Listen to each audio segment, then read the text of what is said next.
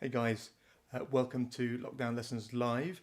I hope you're safe and well wherever you are, and welcome to I think it's our 18th lesson throughout lockdown.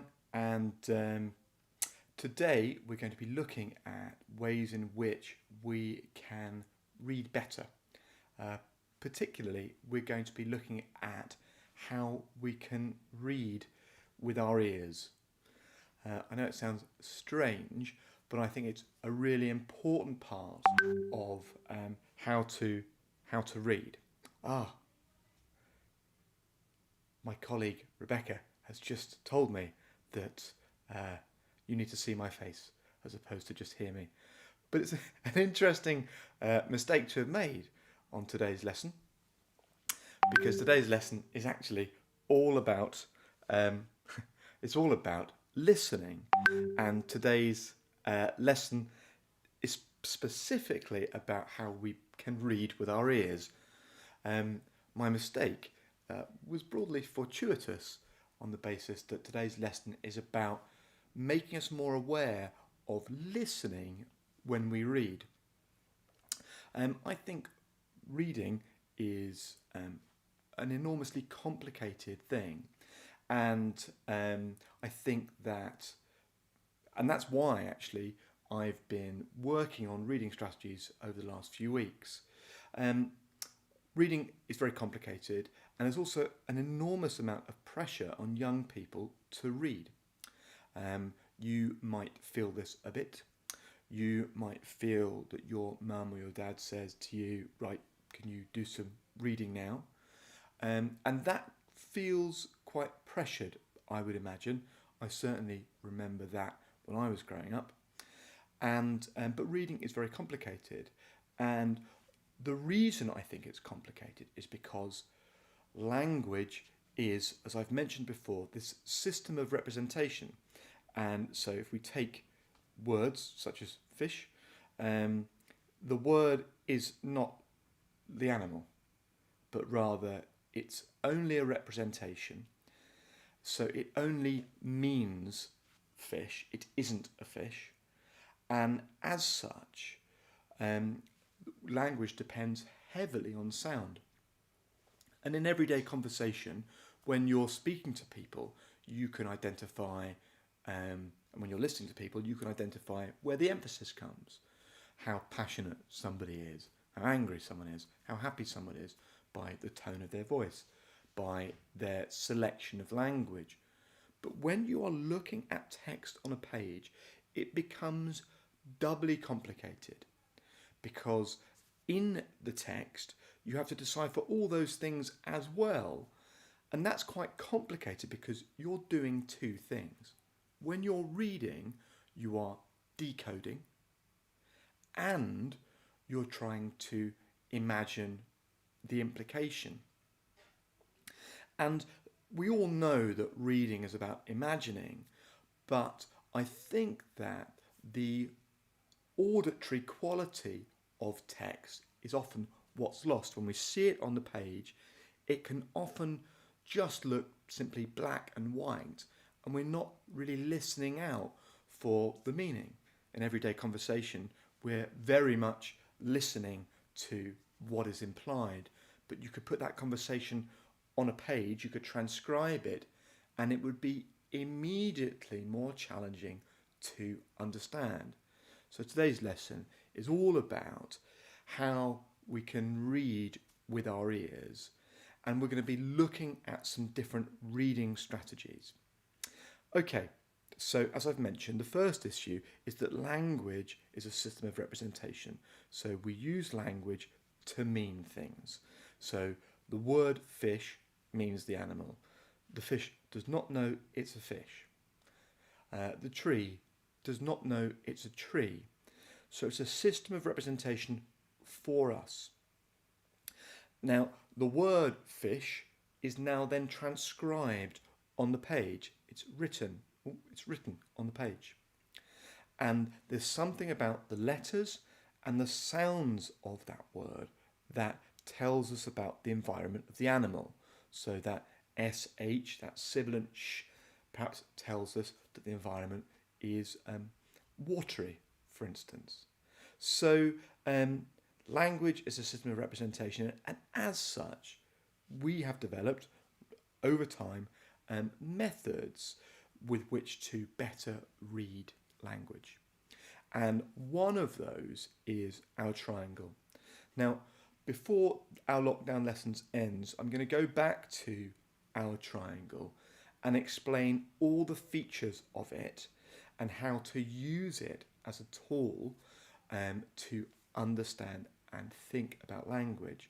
But I'm not going to do that totally now, but it's just worth recognizing that we have a code breaking system, language is code, and we have a system of code breaking, a code breaking system, something that's going to help us understand it. And just to go through it very quickly, when we look at language, we try and look at three separate things. We try and look at the image and the shape and the sound. Today's lesson is very much about the sound. And our system of analysis, our triangle, will help us identify different features and explore them in a way that's step by step. We've talked in the past about when you're in an English class or when you're in an English exam and you have a question and not knowing what to write down, our toolkit will help you. Our approach will help you. You'll always have something to write about. I'd like you ideally to write about the image, then the shape, and then the sound. So here's our triangle, and then you've got the image at the top. So there are metaphors, personification, simile, juxtaposition.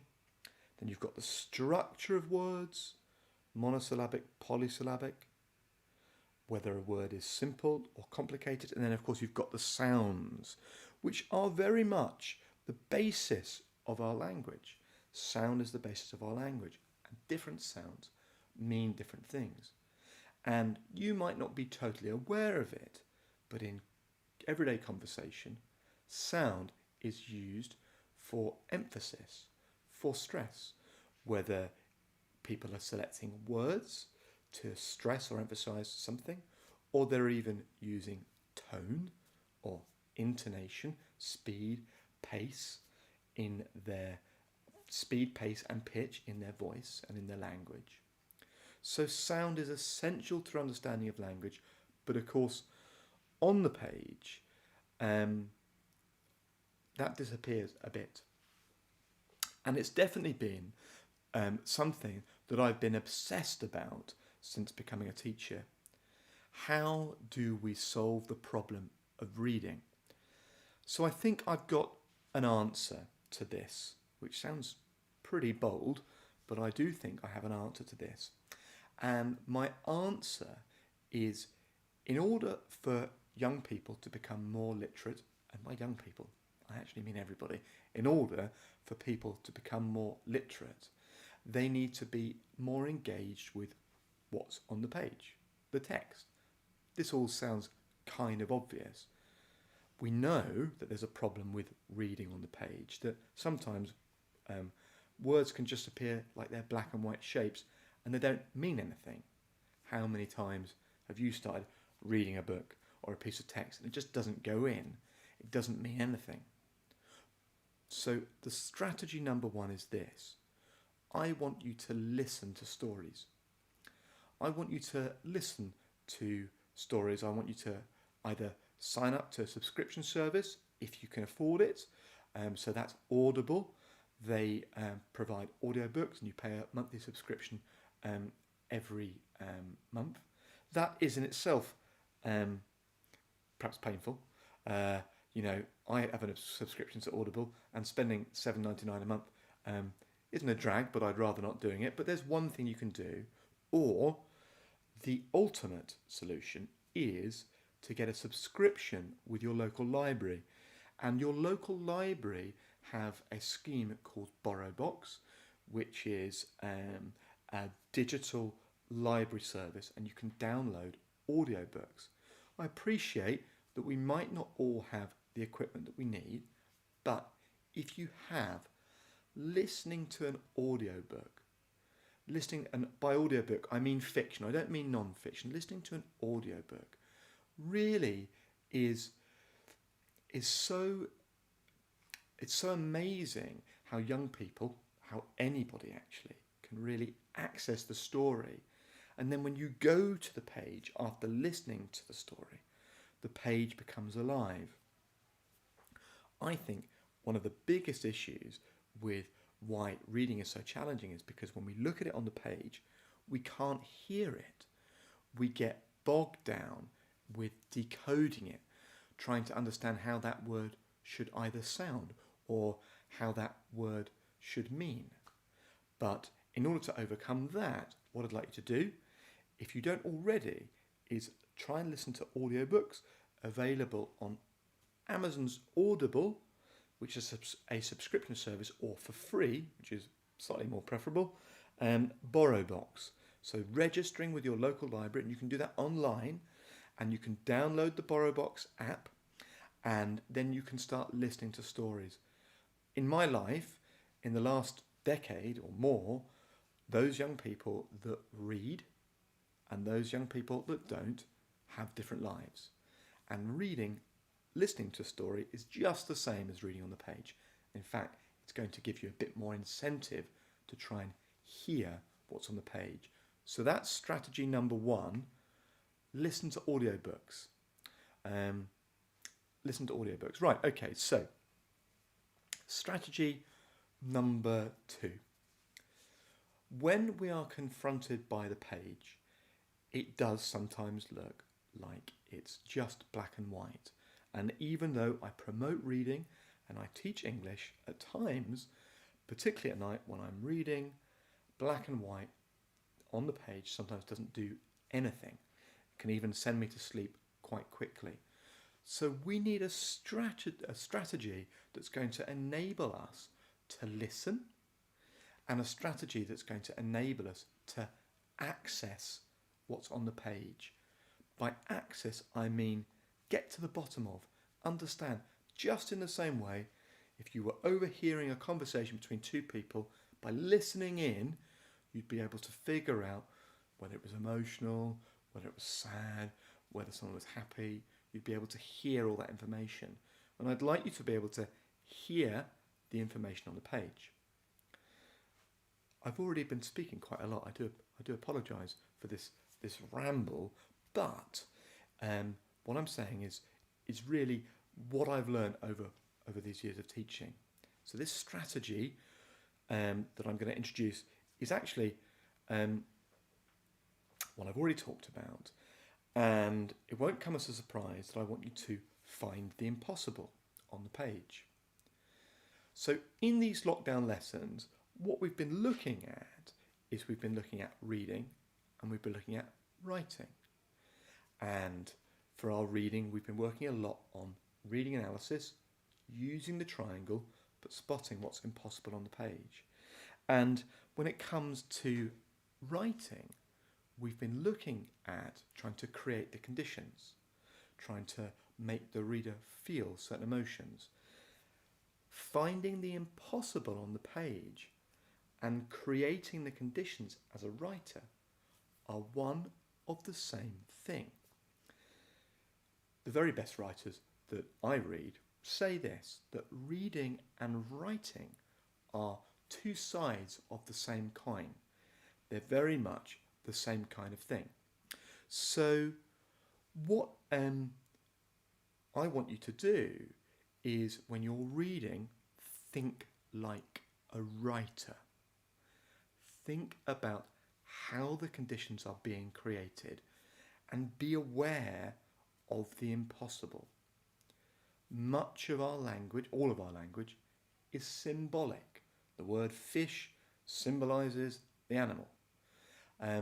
So you need to be, as a reader, aware of the symbols, aware of how they sound, and be aware of what the writer is trying to do.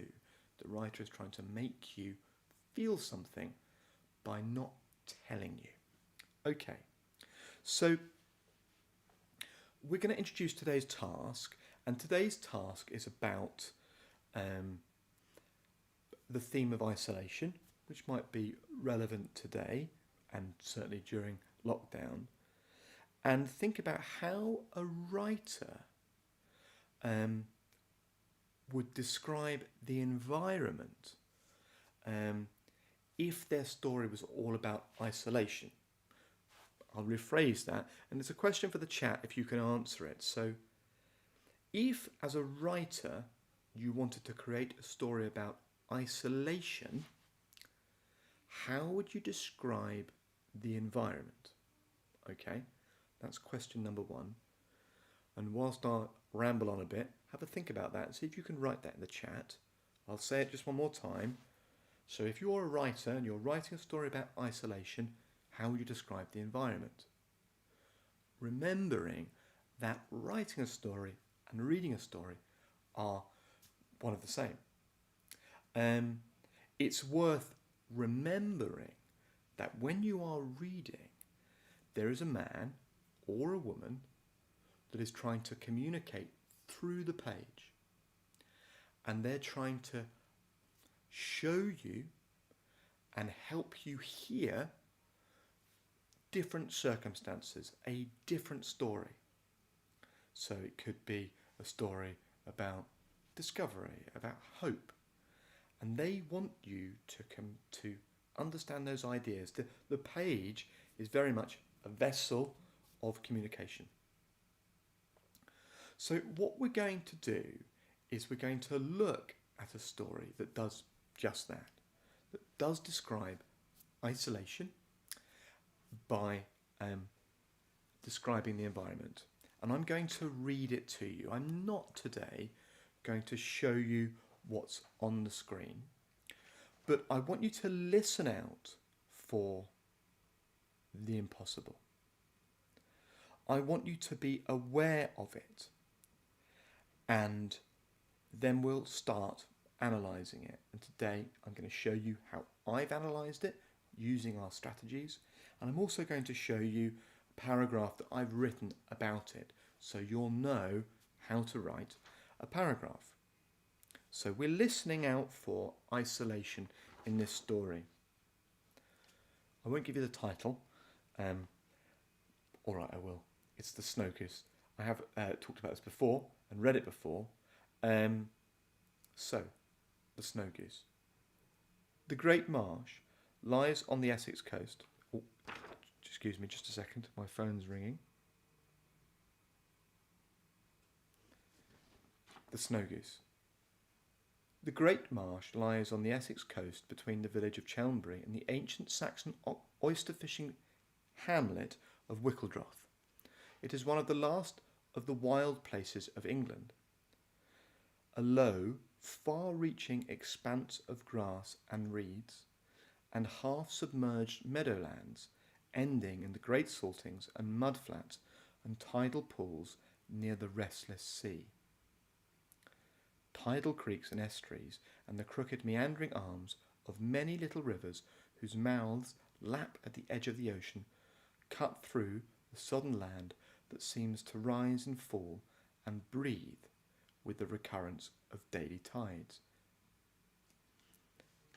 What there sounds lonely? I wonder if you heard a loneliness. What was lonely? Well, there weren't any people. There were the mention of people fishing for oysters, but there weren't any people, so it's a place that was broadly desolate. So let's have a little bit of a little closer at the text. So here we've got half-submerged meadowlands ending in the great saltings and mudflats and tidal pools near the restless sea. So you can see I've already labelled half-submerged as being a symbol, and the restless sea, knowing of course that that's personification as the impossible. Now, one of our strategies is we find the impossible and then we go through that metaphor process of separating the real from the unreal, which I'm sure you will remember from previous sessions. So that's important. When you're reading on the page, you should try and find the impossible, try and find the symbolism, and go through our process. But there are some clues in the sound. So let's have another look. Half-submerged meadowlands ending in the great saltings and mudflats and tidal pools near the restless sea. Throughout, you will have heard vowels. And these vowels seem to stretch in the words. So looking again at these vowels, we've got them in submerged and meadowlands, and in great and mudflats and pools and sea. Look at those longer vowels. Now this is very much a desolate description, full of symbolism, which we'll come to in a minute. But if you look at those vowels, they are littered throughout the opening of this story. And vowels have a function. Language imitates, so when we hear the word fish, we can hear the water in the word. But vowels imitate an emotion too. And that emotion can often be pain or sorrow or sadness. When you're reading a story, be aware of how it sounds. Read out loud. Be aware of the patterns of vowels. And actually, what's quite interesting is the sound of language will be at its absolute apex, where the impossible or the symbolism is used. So let's have a look in a bit of detail then. So we've got our half-submerged, which is a symbol, I think. And then we've got the restless sea, again, that personification. And remembering that we've got that symbolism and metaphor process, find the impossible. So let's take the restless sea for instance. We separate the real from the unreal. So the restless sea, so the sea is the real and the restless is unreal. Then we just explore the unreal in isolation. What does restless imply? And we draw our conclusions. So to show you then some of my annotations, so we've got restless sea, so that's impossible, and then we've got, if you can just make out, nervous, restless means nervous or implies nervous, anxious, anxiety there, unable to relax, uneasy, and this is giving us the sense of perhaps a degree of isolation. Those things, those annotations, that there is an uneasiness, there is anxiety, there is the inability to relax, suggest perhaps the emotions attached to isolation. And coupled with that is that sound of restless sea, that repeated sibilance. Sibilance can imply something that is soothing, but in this sense we know it isn't, and something that's unsettling. So listen with your ears, look out for the impossible, and try to hear it. Let's have a look at the symbol of half-submerged meadowlands. So we separate the real from the unreal. The meadowlands are real and half-submerged. So this is a symbol. So it's half-submerged suggests drowning. Perhaps it suggests that it's half invisible, that there's a sense of decay, that it's hidden. All of these things are themselves suggesting an isolation, or at least the feelings of being hidden. So when you're reading, you should be aware of how things sound, because that's what language is made out of. Be aware of sound. And if you can't hear on the page immediately, go to the impossible, because it's going to give you probably a great example of sound being used. and it'll give you a clue as to the emotional importance of the text in front of you. So if I was going to introduce a question, it would be, how does the writer use language to convey the sense of isolation? And you can see there that we've got two elements that would be a fantastic quote, and they give us some impression of what it would be like to be isolated. Restless, suggesting anxiety, nervousness, the inability to relax, a sense of uneasiness, and the symbol, half-submerged meadowlands, drowning, the symbol of being half-submerged, half invisible, you can't see the whole picture, that sense of the decay, that being hidden. These are things that are giving us the impression of isolation.